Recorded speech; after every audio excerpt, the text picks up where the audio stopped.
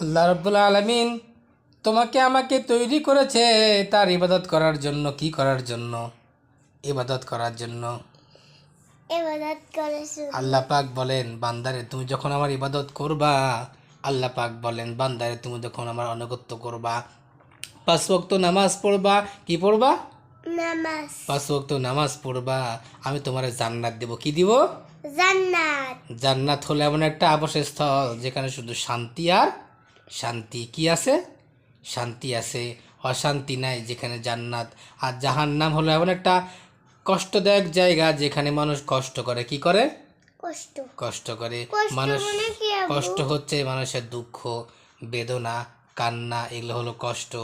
এই জন্য জান্নাতে যাওয়ার দরকার আছে না নাই? আছে না নাই? আছে।